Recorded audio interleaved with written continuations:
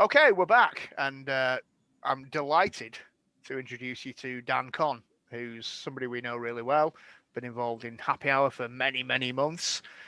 Really cool guy. He's going to talk today about OPSEC and social engineering. So, Dan, welcome. Over to you. Thanks. Thanks for joining me on my first ever talk. Thanks to the Beer Farmers for giving me this opportunity as well. My name's Dan Conn. I'm currently studying a Master's in Advanced Security and Digital Forensics at Edinburgh Napier. And I've been coding for about 8 years. And if you want to get in touch, my handles are on the slides there. So before I start, I'm just going to warn you, there's going to be some strong language, and we will be talking about themes of an adult nature, such as coercive actions under violence and drugs in nightclubs. So there aren't any graphic images around that, but I would just want you to understand that sometimes you can get triggered just by hearing some of this stuff. So if you feel it's unsuitable, now is the time to kind of find something else. Okay, so throughout my studies, there have been points where I've kind of thought, wow, I've been doing this my whole life, and I've never really known there was a term for it. And two of those things have been OPSEC and social engineering. Two awesome definitions are on the slides. And to paraphrase, social engineering is a means to obtain confidential information about a project, and it could be protected by OPSEC. OPSEC is short for Operation Security, and OPSEC methods are the steps taken to ensure information remains confidential and secure. So the way I like to think about them both is, they don't have to be both present for the other to work, but they certainly can use to counter each other if they're both present in an attack or defense. So this all sounds really pretty serious, right? I mean, why would I have been using this or even needing this growing up? Right, well, here's a little story. Let's go back to the 90s. It was a time of huge cavernous superclubs like Cream, the Hacienda, the Ministry of Sound, where DJs would play to filled arenas. It's a time of Britpop and indie dance where the Happy Mondays, Stone Roses and Oasis would be mad for it in Manchester, while Blur, Suede and Elastica were pretending to be Cockneys down south. Lad and lad out culture, combined with Cool Britannia, was everywhere, and it was embraced, rightly or wrongly. And then there's little kid me, and I'm at the moment missing out on all the fun. I used to read dictionary front to back. I used to read technical manuals like novels, absorb books on science and history, but I loved it. Now, I'm not shattering any illusions here, I hope, but let's be honest, you don't have pictures like this if you weren't a little bit nerdy, am I right? However, this little angelic nerd loved dance music. He grew up with it. He would listen to it on the radio. He just wish he was part of it. Imagining what a nightclub was, it sounded so much fun in his head. So I convinced myself I was going to be a DJ, write music for a living, be part of this culture. I got some really cheap record decks for my birthday. I learned piano. I practiced loads. Yeah, let's go. One slight snag. You've got to be 18 to be in these nightclubs. And although at this stage, I'm a little bit older than that photo, I'm only 12 or 13. So let's see how that would have panned out, right? Excuse me, can I come in? I'm 18, I promise. Not this decade, son. Fuck off. And that was the response I got from most places. And rightly so. Hearing this from many places didn't deter me. As we all know, when it comes to attacks, you only need one weak link to exploit. And, eventually that was found. Excuse me, can I come in? I'm 18, I promise. What's your star sign? Aquarius? Yeah, in you go. The doorman let me in. Now, was this a feat of social engineering mastery? Did I convince the target that my squeaky voice and baby face might have belonged to someone who was 18 or older? No, I'm pretty sure it wasn't. Turns out in the 90s, many pubs and clubs really didn't care about IDs or letting in children to drink there. There weren't the hefty fines for serving underage kids that there are today, or the health warnings. As long as you could confidently provide a correct star sign, not a date of birth, a star sign that never changes year to year, you too could join in the fun. Yes. And wherever that I could, I definitely embraced that fun. I kept flyers as mementos that plastered my bedroom walls, and I still keep them to this day. First memories of kind of living a semi-adult life, and I absolutely loved it. Now, this wasn't going to happen every weekend, right? Getting in at this young age is very much a trial and error process, much like many red team activities today. Just because something worked last week doesn't mean it's going to work today. Had to use reconnaissance. What people were on the door that night? Did they let me in last time? Do they look like someone has annoyed them tonight? So are they going to let me in today? Reconnaissance helped me decide if an attempt was worth trying or not.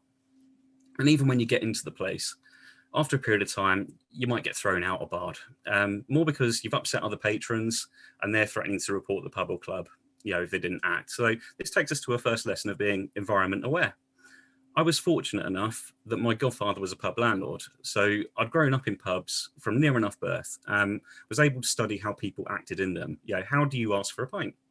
How do you avoid getting barred? Most important in this situation, how are you going to raise suspicion that you might be underage? So looking sheepish in a corner, eyes looking up, hunched over, sipping timidly on a pint, that's going to get you thrown out after a couple of weeks if you can't then give ID. Generally people don't look like that if they should be in there. Conversely, you might think being a bit cocky, a little bit arrogant might be indicative of a young 18-year-old, but everyone's going to think, they're a bit of a dick. So, then they're going to want an ID just so they can throw you out. Just as looking like a stereotypical hacker probably will not get you into a corporate building, looking at a place in a pub is likely to get you thrown out too. So to social engineer, whether that be an office worker or a pub landlord, you need to look like you should be there, that your clothes don't look out of place for the surroundings, whatever that is, and that you have confidence, but not arrogance, so people take a dislike to you. Don't set off people's internal intrusion detection. So pubs and clubs are not the only environmental awareness, the only place environmental awareness can help. And online use is with sock accounts. There are some really good sock accounts, and many are harmless and jovial, like this one, Scoot McGroody, made by McLeod. Scoot McGroody never breaks character, and has even got photographic evidence that he's real and Scott McGrody's brother, right? Seriously, from this picture, you definitely think they were brothers, and that's because the best socks, they assimilate well, they have a good story, and they never break character. Unlike this one, Andy 0349458816, which tried to harass my friend Lisa Forte. They would dip in, ask something nice, and then start getting really nasty. As time passed, it turned out they were a terrible sock account because they broke character so many times. Well, to be fair, they didn't have much character to break, which was equally hilarious. So we thought we'd give them a bit more depth to their character by giving them a more interesting story than their creator could actually manage. We decided that Andy was 48. He was an accountant. He was happily married and he lived in the home counties. He hated commuting. Who doesn't, right? But we also gave him a proper name. Instead of Andy 0349458816, we gave him the dignity of being called Andy Numbers. And this slide explains the full story. Let's digress a bit. It is quite funny. We were so unimpressed with the creator's lack of character, we gave Andy Numbers a credible story that was more challenging to us. So all their creator had to do was make notes, go along with it. And he even screwed that up. After every bout of nastiness, he would then delete all of his history, as if he would forget everything that had taken place, and we would too. And that would never screenshot their antics for things like this, right? I guess they thought, we would have a bout of amnesia if they deleted all their Twitter history, because that's how it works. A bit like children, that hide on the premise that if they can't see you, then you can't see them either. Well, anyway, Lisa suggested we should play around with what he had to say to see if he can remember what he actually had written in the past. So we chose a name for his wife, Sarah, and Lisa persuaded Andy Number that was his wife's name. We then changed the CSS of the webpage and screenshotted it to then call his wife Helen, and that's what you see in the top right. Then we waited. The creator wiped all of Andy's history, after being a bit nasty, and then wanted to be friends again. And as you can see, he had no clue of what he should have been saying. They couldn't remember, and in the end slipped up after we suggested that his wife was Helen and gave him the mock screenshot. And then afterwards, he tried to backpedal in the bottom left and said Sarah was an ex. He got confused. I mean, who else forgets their wife's name, for crying out loud? You'd stick to your guns. Andy's creator forgot the name of Andy's wife because he was just really sloppy.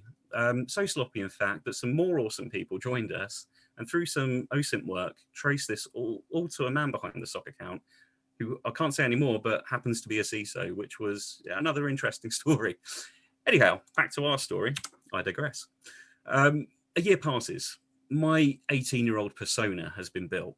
My target is a pub that employs DJs. I decide I should give a demo tape there, and why not? They think I'm 18, or at least they pretend to, right? Let's do it. I got my first gig at a pretty rundown pub. Not as bad as the one in the photo, but not far off it, to be honest. It was quite common to see a ball from the pool table end up in someone's face most nights I played there. And when I first played there, I thought it was a really cool thing that the DJ booth was in a cage, but then I realized quite quickly it wasn't just for show. When I was getting a drink out the cage, I got very used to kind of ducking. Let's just put it that way. Now, after the pub shift ended, I'd obviously stopped DJing. All the staff would go en masse to a nightclub. And there was one I really wanted to go to, but I'd been rejected so many times. and I didn't want to get turned away in front of everyone in the pub, risk not being able to play there even, as terrible as it was. So if they were going to this particular club, I'd normally make excuses, slope off. But after a few times of doing this, the bar manager insisted I joined, and it's one you can't really get out of. So I'm going along, I'm hoping it goes all right, but I'm really afraid that the end of my music career has happened before it's even started. So we turn up at the nightclub. The doormen are in suits. They look serious. If they were a tech company, to paraphrase the beer farmers, they would not need to tell people that they took security seriously. We get to the door. It's our turn. I'm trying not to shake. I'm trying not to sweat. I'm trying not to be sick on his nice black shoes. We just go in. And turns out the bar manager knows everyone, right? They trust him. I'm now trusted like a rogue certificate in a public key infrastructure. At a very high level, public key infrastructure, PKI, is a way that the user's public key is bound to an organization. You have root certificate authorities, CAs, which are considered trusted entities. And because of this trust, they then act as authoritative voices on the bindings they're aware of. So they do this by checking organizations and issuing digital certificates as a bond of their trust in an organization. In turn, CAs that aren't aware of the bindings can consult root CAs or another CA that's obtained information from them to check the integrity of an organization. And you can have many different root CAs, and the most prevalent use of their trust is with the little green padlock in your favorite web browser. But the important things to remember are that any CA can be a root CA. Just because one was trustworthy today doesn't even mean it's trustworthy tomorrow. And some don't even check their facts before they trust something. And this blind trust is what caused the Komodo PKI hack in 2011, which allowed a rogue organization to pretend where they were Google Mail, Hotmail, or Yahoo Mail, and loads of others. They poisoned the PKI. And in a similar way, I poisoned the PKI of a nightclub. Human key infrastructure, HKI poisoning, right? I was purporting to be an organization that was 18 years old and eligible to work. The bar manager where I DJ'd was a trusted entity for many others, so we'll call him a root CA. But they hadn't verified the facts. I wasn't 18, and asking for a passport or another way of verifying would have shown this, right?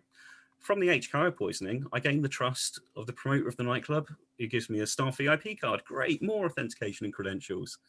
The door staff and bar staff now accept I'm 18 through the trust of the bar manager and the promoter. And going forward, if I got asked for ID anywhere, I'll just go, no, I'm afraid not, but I've got one of these.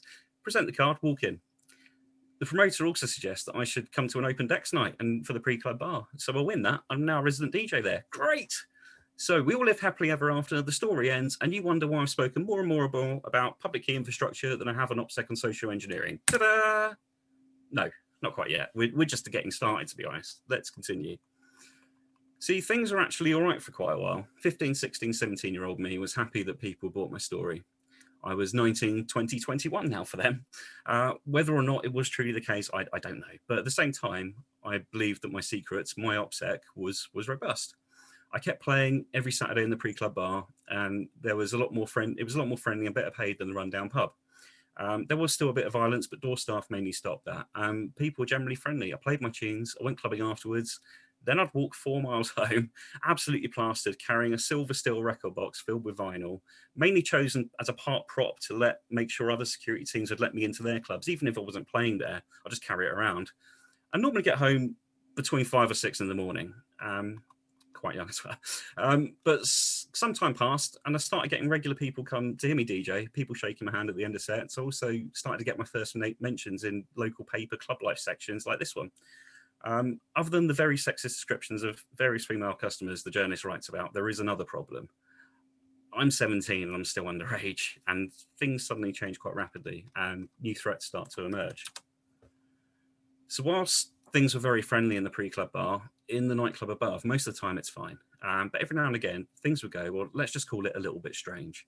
And if anyone's heard the story of the legendary Hacienda nightclub in Manchester, you'll know that for a long time it was an amazing venue, providing the best that music of that time had to offer.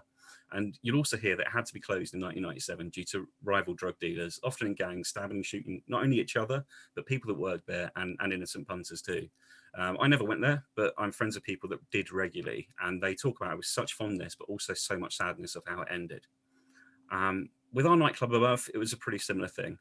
You had 2 gangs, mainly made up of grown-up men, 28 to 38 years old, which now I'm around that age, I find so bizarre. It's unreal. and they all had pretty truly psychopathic tendencies. You know, for the most part, they're all very polite and friendly. However, underneath that smiling exterior, you can see in their eyes, you never want to really make them angry if you can help it. It's a really chilly feeling that I can't really express, but it's omnipresent when they speak to you. And when they look at you, and sometimes they just torment people for fun. You know, 1 minute they're joking, then they turn on a sixpence screaming at someone's face that they've offended them, then going back to joking to them for stupid, for thinking that.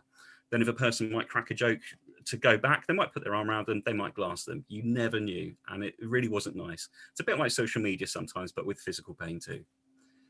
So, along with DJing in the pre-club bar, I've now got a job in the club on the lights. Great. So for the most part, things are happy, but I also see some really horrific things. You know, one gang member knocks down this scrawny little kid, half their size, stamps their head into some huge metal studs like that, which hold the building structure in place. And, you know, luckily the kid survived, but he's a really broken way. He never found out if he fully recovered, but, it's pretty horrific. So I've had to build another persona with a bit more depth, one that's a bit more tougher, that could handle himself. It also took up boxing. Carrying 100 records 4 miles every week certainly helped build strength as well. But I had to start thinking about strategies from an OXEC point where, if things go too bad, do I use my record box as a weapon now, if I need to, really quite dark thoughts. And one day, one of the gang members has a great idea while I'm DJing. Oi, Dan, you DJ, you never get your bag checked, do you? Right, well, if I give you some things, like, you can go past security and you can just give them back to me when you're out, yeah? And at this point, I feel sick, because I know what he means by things. And, I don't want to do this. I don't want to end up in prison, So I think I'll give him diversions. If I smile from the DJ booth like this and pretend that I can't hear him, then hopefully he'll just go away. And that worked, and that was good. But he came back every week, week after week, until one day, I decided, I finished playing. I go out to get some money out from a cash point down the road, and I see him behind me, and he comes out. Danny boy. I fucking hate being called Danny boy. Danny boy, about this favor, mate. You got to do it. Mate, I don't know what you're on about. Danny boy, and you better do it, because everybody needs a favor, right? And you never know what's going to happen next, mate. Like, don't be a dickhead. So he's now pulled out a knife, and he's not waving it in my face. He doesn't need to. He's just playing with it. Let me see how sharp it is, and smirk. The omnipresent, chilling eye stare, seeming to sap all strength from me. So I take a deep breath, I gulp, and I just go to him, look, I really want to help, but I can't. If I get caught with that, I'm absolutely screwed. I don't want to go to prison. I've got a lot of respect for you, so I'm not lying to you, and I really hope you respect that, but I just can't do it, and I'm really, really sorry. And I'm shaking while I say this. I'm not sure if I could be sick, but I feel very much like it, and I feel so numb that I don't know what the rest of my body's doing. So he looks up to me, and is not really that happy at all, and he just goes, "Oh, don't worry, Danny boy, I'm only playing with you." Now, he wasn't, or was he? I'll never know. But my OPSEC now had to strengthen me even more. It wasn't just lying about my age. It was making sure I never owed him a favor because he wants to call it back. If he brought me a drink without me asking, I'd get him one straight back. Anything that he could argue was a favor, despite me not asking for it, I'd make sure that slate was clean by the end of the night, like a game of cat and mouse. I needed to protect myself from owing him anything, and I'm very wary of it with other people that I don't know, even now, because you never know. Contrary to popular belief, thanks for films, criminals sometimes don't have scars. They sometimes don't look evil. Sometimes they don't even sound anything like Alan Rickman. And they look perfectly pleasant. They try and trap you into a situation. They try and convince you that there's no option but to comply. They try and socially engineer you, and you need counter strategies to prevent that. And this wasn't the only worry either. See, the legislation called the Licensing Young Persons Act 2000 suddenly increases fines for underage drinking to £5,000 per individual involved in the sale. So instead of just the landlord, everyone gets fined.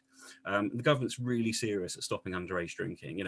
Pub raids on pubs and clubs happen. This makes everyone know everything's going to change. Many young bar staff, now personally liable, can't take a risk at losing that much money, insist they're protected. So door staff start asking doors for everyone, passport, driver's license, get the fuck out. Luckily, thanks to my social engineering human key infrastructure poisoning, my VIP card still holds as much weight as the government document. Yay! Well, for now anyway. You see, a new doorman joined the nightclub and they wanted things verified that were told to them. They were a proper root CA, you know. They did not work on trusting others. They took it upon themselves to seek the truth. Oh, no. Based on the review in the paper, the pre-club bar also got some flyers printed with my name on it. And we had special guests. We'd do the early part of the night, you know, with me following. And I thought, this was great. I loved it, you know, but I didn't think how it could actually be used against me. And that's my actual name on there. And I'm under 18. And there aren't that many people with the surname Conn in the UK, let alone Sussex. So as a way of highlighting how much of an OPSEC fail this was, you know, here's a listing from 192.com for Dan J. Cons that it's aware of in the UK. And now there's 4 Sussex addresses on there, and they're all me. By the way, definitely look up yourself on 192.com, because even though I've opted out of the open register, therefore should have none of my details given to a business, 192.com kept the data of my addresses before I opted out, and it tells you where I have lived according to the electoral roll. And for a few pounds, you can get some credits and decide to get an in-depth background report on someone that provides all of their full addresses, along with convenient maps with the rough value of each house, and who else lives with them for a pivot. You know, luckily, to delete your data from there, it only takes 24 hours. Now, 192.com didn't exist when our detective doorman was refusing to blindly trust our human key infrastructure. Instead, we had the phone book. You know, the phone book still exists. It's a register of everyone's name, address, and landline number, providing a NIX directory. Now, I'm not in the phone book, and I certainly wasn't this time. So that's great OPSEC, right? Well, not in this situation, no. Just to paint a scene, I'm now 2 months off my 18th birthday. Lots of pubs and clubs are demanding ID. I've lost quite a few gigs now with security and now demanding it from people that, you know, rock up to gigs. And even my silver record box, suggesting to them that I'm playing, they're not buying it anymore. They're still asking, why would they do that?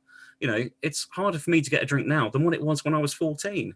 The only places I can get served without hassle are the pre-club bar where my residency is and the club joined to it. So I'm panicked all the time that I will get found out and lose even those gigs and then everything. You know, I'm worried about gang members that I'm avoiding, trying not to owe them a favour in case they want me to pay them back. My OPSEC is taking absolute battering and I'm getting desperate. Just 2 more months. Keep this persona going. Then you can play in other clubs legally. All's going to be fine. Anyway, this detective doorman says, it's weird, you know, I really can't find Conn in the phone book. I was like, oh, really? Well, got to think of a diversion. Yeah, really. Well, it's not weird, really. You know, I live with my parents like a lot of 21-year-olds, you know. Yeah, but you're also not on the electoral roll. You know, I've looked there as well. Oh, really? How'd you do that? That's interesting. I did not plan for that. That's because I don't vote, you know. I want to see your passport next week. Well, you see, I don't have a valid passport. You know, I got it sent off to get renewed, but due to the backlog of the Millennium Bug, yeah, I still haven't had it back. So it's stuck in Newport Gwent, where the passport office is. And, you know, I'll try and phone them and nothing comes back, you know, nothing. Now, this story sounds as implausible as an eye test in Durham Castle, right? There was a processing backlog at the time. And is there still at this point?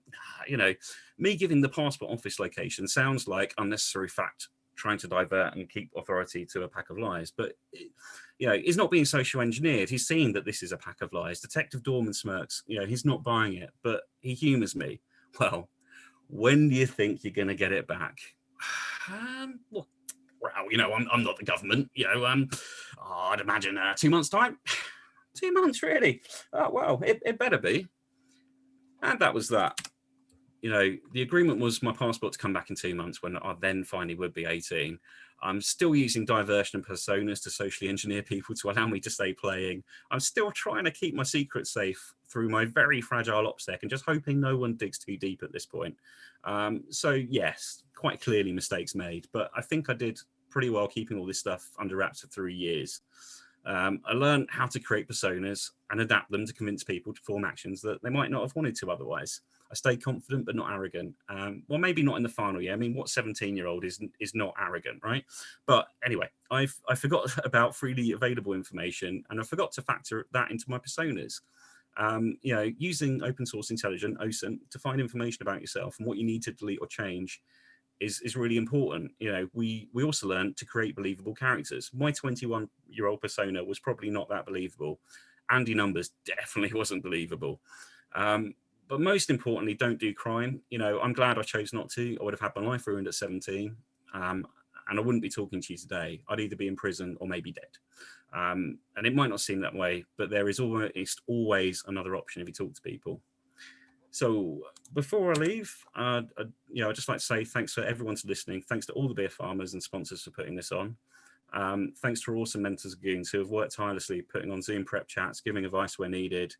And also our fellow speakers who have been backing each other up, letting each other prep in that mentoring thing as well. It's been truly awesome. Special thanks to Lisa Forte for reading through my slides so many times and giving me advice, to Shupek for even updating the quote that you saw earlier from his article in 2017 to make it more accurate and providing some good advice, to Team Standard Day and Crofting for your awesome support during lockdown, and also InfoSec Happy Hour for that.